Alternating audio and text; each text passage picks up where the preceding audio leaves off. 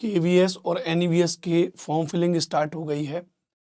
आज 14 नवंबर से इनकी फॉर्म फिलिंग स्टार्ट हो रही है और 4 दिसंबर तक आपकी फॉर्म फिलिंग हो जाएगी। ये बात आपको पता है। आप सबसे पहले तो अभी अपनी अगले 1 या 2 दिन में ही फॉर्म भर दीजिएगा। अब उसके बाद कंडीशन ये है कि फॉर्म फिलअप के बाद कब होगी परीक्षा। एग्जाम को लेकर के बच्चे अभी से पूछते हैं। इसको एक सामान्य जानकारी जो अपने अनुभव के आधार पर मैं आपको बता रहा हूँ। 2 पॉइंट इसमें निकलेंगे। मैं जनरली ऐसे बता दूं कि भैया मार्च अप्रैल में हो जाएगी, तो मैं उससे बचने से थोड़ा मैं कतराता हूँ। उस डेटा में ऐसे ही पढ़ रहा था तो मैंने निकाल के रखा। जैसे मैं एक आइडिया आपको दे रहा हूँ। सबसे पहले लास्ट भर्ती 2023 में जब हुई थी तो वहाँ पे लगभग अगर आप देखो तो फॉर्म भरने की जो प्रक्रिया थी वो 5 दिसंबर के आसपास शुरू हुई थी और 2 जनवरी तक फॉर्म भरने पर रही थी। जो मैंने रिसर्च किया है 5 दिसंबर से लेके 2 जनवरी 2023 फॉर्म भरे गए थे। फॉर्म भरने के बाद ही फिर उन्होंने एग्जाम डेट अनाउंस कर दी थी। 7 फरवरी से लेके 11 मार्च तक आपके पेपर चले थे।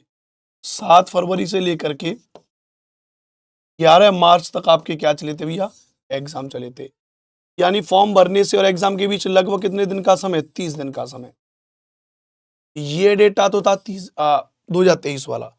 अब इसको भी आप बना करके कुछ टीचर्स आपने देखे होंगे यूट्यूब पर, वो कह रहे हैं कि भैया इस बार भी आपका एग्जाम जो है इसी तरीके से हो जाएगा, 1 महीने के बाद एग्जाम हो जाएगा। तो संभावना बहुत कम नजर आ रही है, ऐसा नहीं है। इस बार थोड़ा एक दाव पेच और फंसा हुआ है। अभी पहले वो दाव पेच क्लियर नहीं हुआ। कौन सा? सीटेट अपियरिंग को लेकर के बहुत सारे बच्चे कह रहे हैं कि भैया हम कोर्ट चले जाएंगे। अब कोर्ट चले जाएंगे, अगर सीटेट अपियरिंग को मौका मिलता है, सीटेट अपियरिंग वालों को मौका मिल रहा है, तो ऑलरेडी सीटेट का पेपर लगा है आपका 8 फरवरी 2026। 8 फरवरी 2026 का तो सीटेट का पेपर लगा है और सीटेट अपियरिंग का एक बड़ा मुद्दा ये बनेगा ही बनेगा, आपको पता है। तो और वैसे भी इस बार इतनी जल्दबाजी तो है नहीं परीक्षा को लेकर के कि नहीं भाई कंडक्ट करानी है।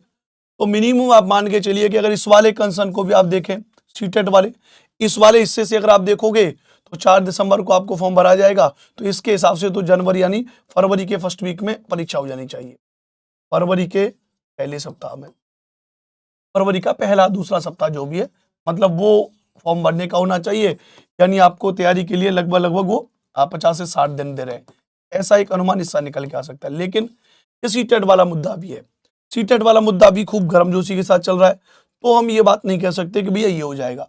तो अनुमान क्या लगाया जाएगा? फिर आप अनुमान उस तरीके से मान लीजिए कि अगर सीटेट अपियरिंग को उन्होंने मौका दे दिया, कोर्ट ने कहा भैया कोर्ट वोट चले गए या कुछ हुआ, नहीं दिया गया, तो भी जरूरी नहीं है कि इतना एग्जाम वो कंडक्ट करा लें, क्योंकि उस वक्त सीबीएसई को सीटेट का एग्जाम कंडक्ट कराना है। दोनों की कंडक्टिंग एजेंसी तो एक ही है ना। ये वाली बात क्यों बोल रहे हैं आप सीबीएसई की ये वाली बात क्यों बोल रहे हैं? दोनों की कंडक्टिंग एजेंसी है। 8 फरवरी 2026 को सीटेट का एग्जाम कंडक्ट कराना है। लगभग बता रहे तो 80-85 शहरों में कंडक्ट कराना है।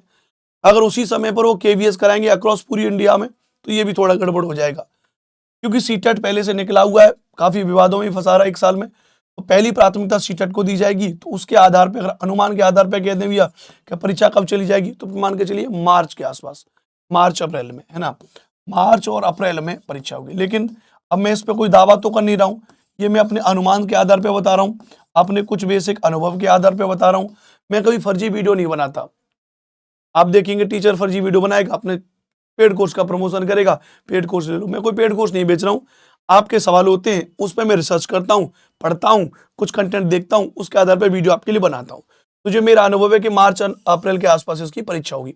हो सकता है कि भैया सारे मानक बिखर जाएं, अच्छे भविष्यवाणी करता हूँ कि जो है कि आंकड़े फेल हो जाते हैं। बिहार में सब कह रहे थे, अभी बिहार में चुनाव चल रहा है, आज मतगणना हो रही है, और बताओ जन स्वराज पार्टी के हेड हैं प्रशांत किशोर, 1-2 सीट भी ढंग से नहीं मिलती हुई दिख रही है उनको, जो कि इतना बड़े लेवल पे उनका मास लेवल पे प्रचार प्रसार हो रखा था। ऐसा लग रहा था कि मुख्यमंत्री बनेगा।